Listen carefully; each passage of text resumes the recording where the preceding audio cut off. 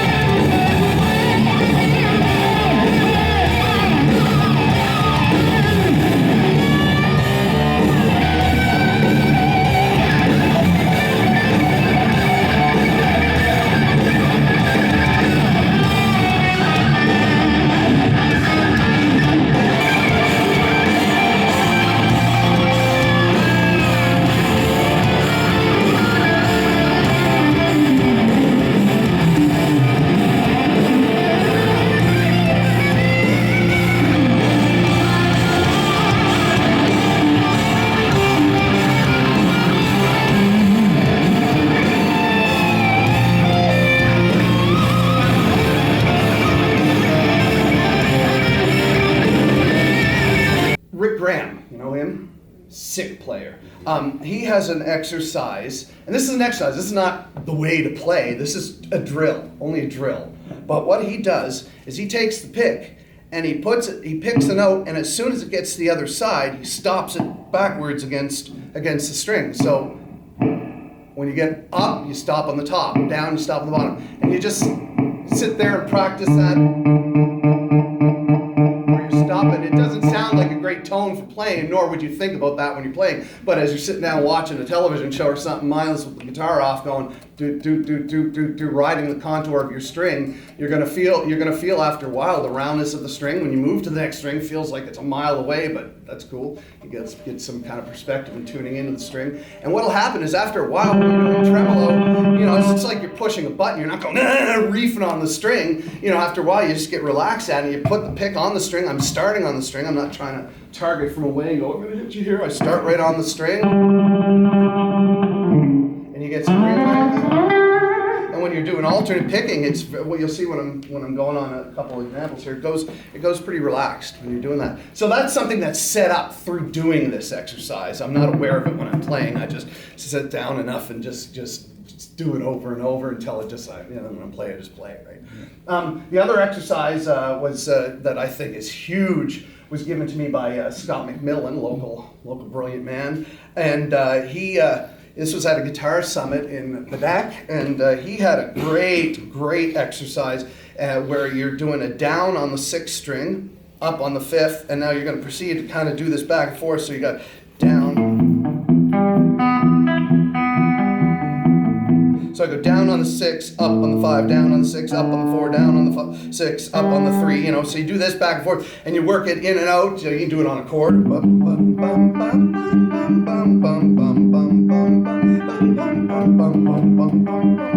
Just relax and get too used to the feel like that. It's a really great picking exercise, simple to do. Anybody know the difference between outside and inside picking? If I have this, say I have 6 notes here. I have a 4, 5, 7, or so I'll go with 4 notes. 4, 5, 7, and 4. So I have F sharp, G, A, B. If I start on a downstroke, I go down, up, down. I skip over the string up to maintain an alternate. Down, up, down, up, down, up, down, up, down, up, down, up, down, up, down, up, down, up. That's outside picking because I'm starting and I'm doing my journey on the outsides of the string. If I start on an upstroke, then I'm doing inside picking because I go up, da, da, da, da, da, da, da, da. And I'm not going but rather like a convex thing, but rather concave sort of motion inside. And that's how you get off. Those type of things back and forth with a lot of speed. If you want to shredding up 3-note per string scales, just because of the nature of 3 notes per string and having to skip, a lot of times if you start on an upstroke instead of a downstroke, you can get some pretty nice speed.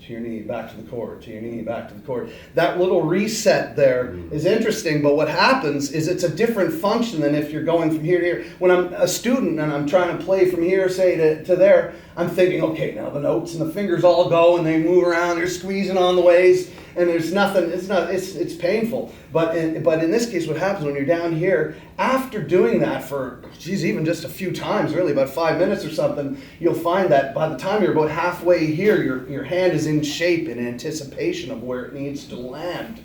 It needs to land, so you're boom. And it'll end up being so mechanical that it really doesn't matter where you come from. No matter what, when I slide into a chord, it's prepared just before it hits the chord rather than trying to place the fingers. You're loose, loose, loose, loose, loose, loose, tight, loose, loose, loose. You want to try and be loose. So when I'm practicing chords, I'm always doing a pulsing exercise. I put on it and I pulse when I need it. And that's the same as actually working on muscles, because none of us are going to go to the gym and hold a weight over our head for a half hour and go, oh, that was awesome. Yeah, we worked out. We got to do something, right? So by doing this, you're building that in. And because of the way music sort of generally works, if you do it in along with some kind of beat, 1, 2, 3, 4, then that's a recovery time that happens. You know, pulsing, pulsing, pulsing, pulsing there. On the weak beats, where you're more likely to going to be changing and hopping off to your next chord, you'll be already programming in the repose. You'll be programming in the relaxation into the muscle memory. But one of the things you can do to make legato fun to practice is, like for example, let's take a 3-note per string, G major, but I'll just worry about the G string. So I've got a G major scale on that string, G, A, B, C, D, E, F sharp, G. Now, that could get pretty noisy, but I want to play some legato.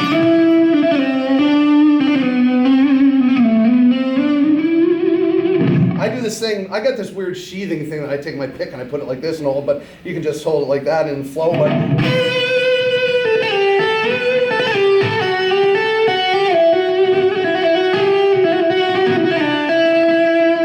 so you kind of keep the other strings quiet as you're doing it. It's an easy thing, but it makes a big difference.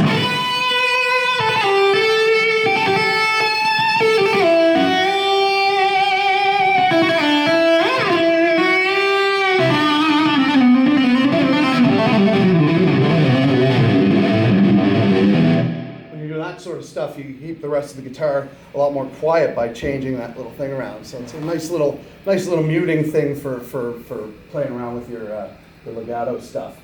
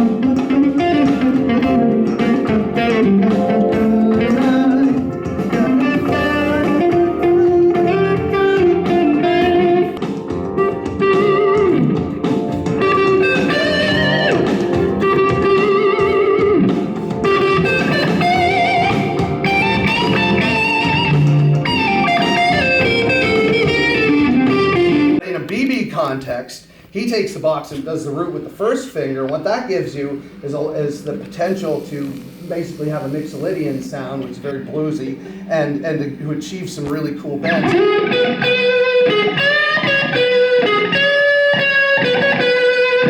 can get some really expressive sort of tones like that.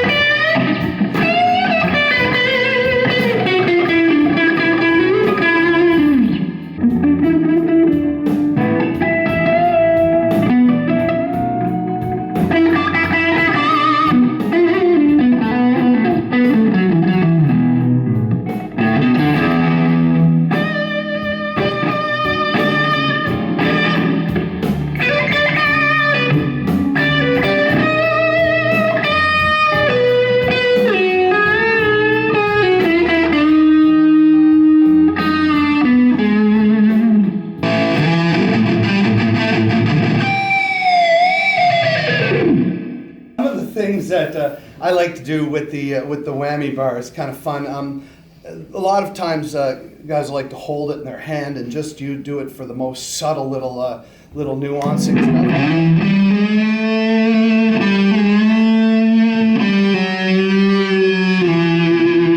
You know, moving up a semitone here, down there.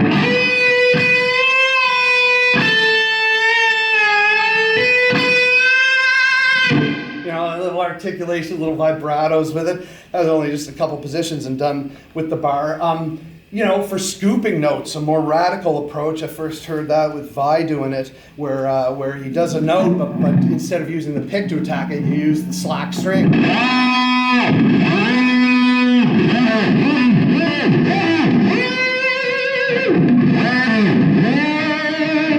comes out of nowhere, right?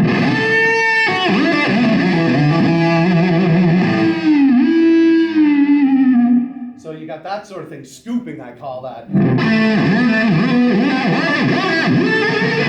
The opposite of that is I put the bar backwards and you tap it and it gets a nice sort of a quick pitch up.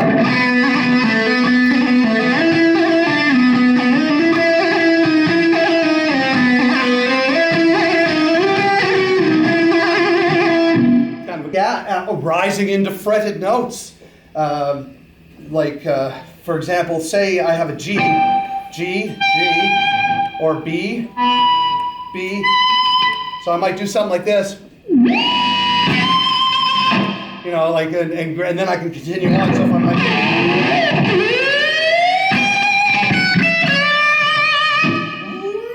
right into the notes, they say scoop up to the beat.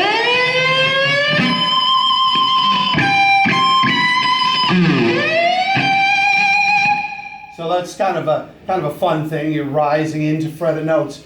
2 down, 1 up. Well, if I take one note and I hit it and I dive it down, and I take another note and I hit it and I dive it down, but I hit them both and dive them both down, a third note comes up from the center and rises up because the beat frequency is changing as these change. So it's kind of a neat. Comes up through, so you did the 2. It's kind of, who's got that extra sound in it, eh? It's like the vacuum cleaner sound. So that's, it's like an extra sound comes in there. So other things you can have fun with. So yeah, I do it with this hand. So you can have, you know, some fun with that.